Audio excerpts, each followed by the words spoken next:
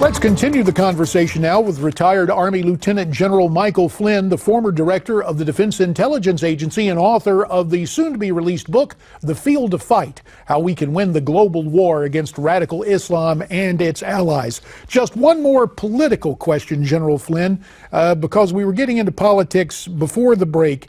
If Mr. Trump asked you to join his cabinet or serve in some role in government, would you do that? I'll tell you, JD, that's a tough one to answer. I love this country. I would be honored to continue to serve this country in many different capacities.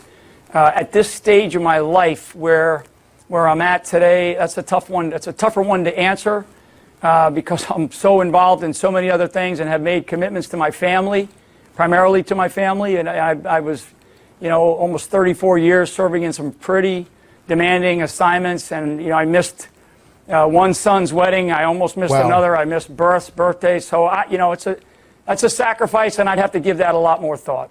Well, fair enough, General. We thank you for your candid answer and your time tonight. Once again, the title of General Flynn's book is The Field to Fight: How We Can Win the Global War Against Radical Islam and Its Allies. So we heard from General Michael Flynn. I'm interested in your thoughts on what he had to say and the major political stories of the day, and here's how you get in touch with me. Call me right now, 1-877-NEWSMAX. That's 1-877-639-7629. Back to the phones from Otis, Oregon. Robert is on the line. Robert, welcome to Newsmax Prime. How you doing? Doing great, Robert. Yeah, I'm here for about Ryan.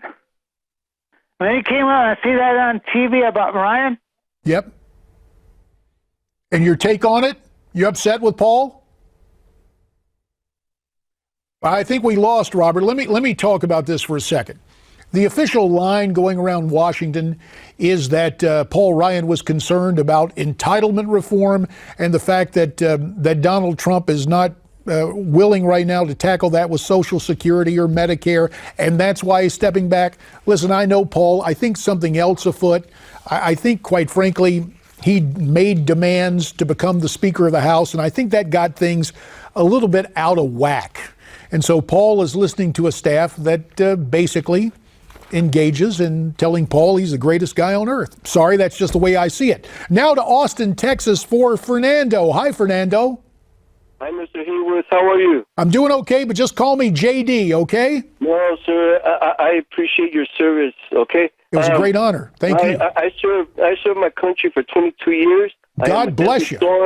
I am a Desert Storm combat veteran. God bless you. And to tell you the truth, I would love to see a combat general or a combat sergeant major or a combat senior non-commissioned officer as Mr. Trump's running mate, because we need. Well, let me try out a name with you. How about Alan West? That's exactly who I was going to say.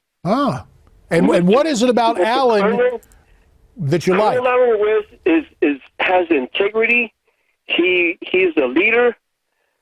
The one person that really disappointed me was General Shinseki. I served under General Shinseki in the 3rd Infantry Division in Germany before they transported back over to the States. Right. We understand your frustration with that, but you're a big Alan West fan. Can you boil it down to one thing in particular? We got about 30 seconds, Fernando. He is a leader. He is strong. I just love Colonel West. He needs to be Trump's running mate. All right. We'll see if the Donald takes your advice. It's kind of a variation of what Horace Greeley said so long ago. Instead of go west, young man, it's go west, Mr. Trump, in terms of Colonel Alan West.